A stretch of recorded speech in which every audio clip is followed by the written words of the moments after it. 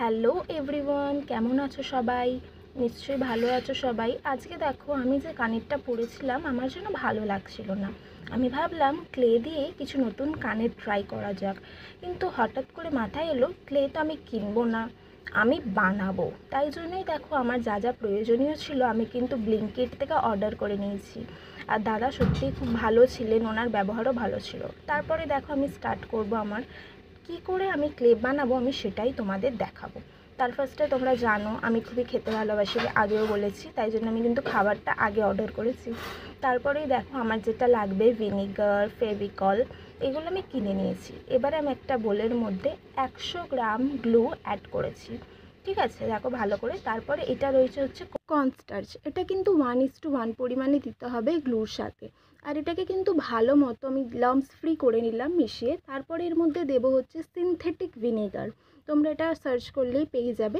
এটা আমি দিলাম 2 চামচ। এরপরে এটা আমাদের ঘরে তৈরি করা নিজেদের কোকোনাট অয়েল, সেটা আমি ইউজ করছি। ঠিক আছে, তোমরা যে কোনো ব্র্যান্ডের অয়েল তোমরা ইউজ করতে পারো, যাতে কালারলেস হলেই। এটাকে কিন্তু ভালো মতো মিক্স করে নিতে হবে অনেকক্ষণ ধরে। আমি কিন্তু প্রায় 5 থেকে 10 মিনিটের ওপর এটাকে ভালোভাবে মিক্স করে নিয়েছি। তারপরে তোমরা দেখো, এটা যেরকম পরিমাণে আমি টেক্সচারটা দেখালে ওরকমই আনতে হবে। ঠিক আছে, যারা গ্যাসে করবে খেয়াল রাখবে তোমরা কিন্তু কন্টিনিউয়াস নাড়াতে থাকবে মিক্সচারটাকে, না তো কিন্তু মিক্সচারটা নিচে লেগে যাবে।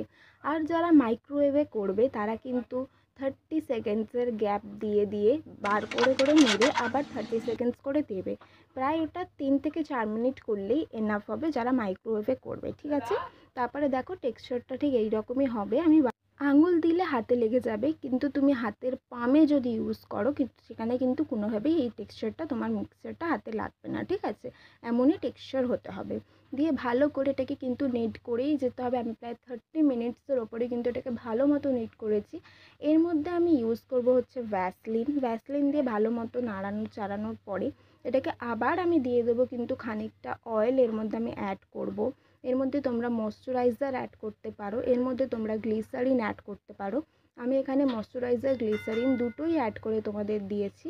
এটার কিন্তু টেক্সচারটা সত্যিই খুবই ভালো চলে আসবে। তারপরে এবারে দেখো, আমি ভালো করেই কিন্তু এটাকে আরও নিট করে নিচ্ছি।